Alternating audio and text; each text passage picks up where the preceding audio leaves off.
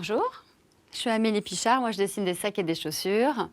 Et un jour, je me suis dit que faire des jolis sacs et des chaussures, c'était très facile. On trouve les bons artisans, on a un coup de crayon, on a des idées, on raconte des histoires. Mais j'ai préféré commencer presque à l'endroit, c'est-à-dire trouver d'abord le bon artisanat, la bonne région, le bon pays, l'endroit où je pourrais trouver la main-d'œuvre qui va avec la matière et de trouver des matériaux qui soient soit recyclables, soit recyclés. Le cuir est un matériau recyclé, mais on a beaucoup de choses à dénoncer aussi autour du cuir et de la grande industrialisation de la viande. Donc voilà, donc par exemple, tout a commencé, je pense, avec celui-là.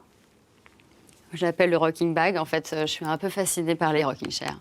Et j'avais envie de travailler sur un tressage. Et je me suis dit, mais qui va faire ça?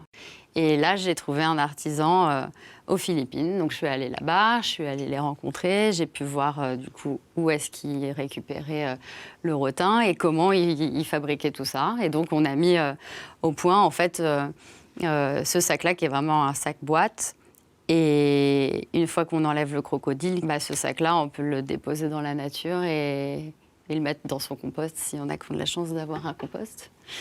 Après, il y a d'autres matériaux comme l'anguille. C'est vrai que ça, c'est quelque chose qui est... ça reste des animaux. Mais moi, je pars du principe que je suis comme un restaurant, c'est-à-dire que j'offre des plats avec et sans viande. L'important, c'est que la viande, ça soit de la bonne viande et que les bêtes aient été bien élevées, etc. Et ça, c'est un jour, je suis tombée, parce que j'adore faire des brocantes. Moi, je m'habille que en vintage. Et je suis tombée sur plein de rouleaux de papier peint des années 70, des Vinilia. Et donc, j'ai envoyé ça à mon usine qui, elle, est au Portugal.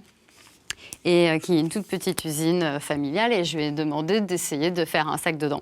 Donc, évidemment, ça a été compliqué, mais à la fin, ils ont réussi.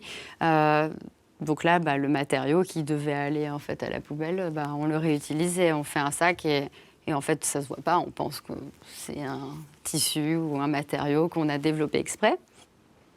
Ah oui, et je voulais aussi vous montrer la feuille. C'est une feuille qui est tannée, comme si on tannait du cuir. On parlait tout à l'heure de matériaux qu'on recycle, comme le papier peint. Là, on est plutôt sur un vieux matériau. Là, on est sur un matériau innovant et il y en a de plus en plus qui commencent à sortir. Donc, j'ai hâte d'utiliser celui-ci où c'est vraiment une feuille qui a été tannée comme du cuir.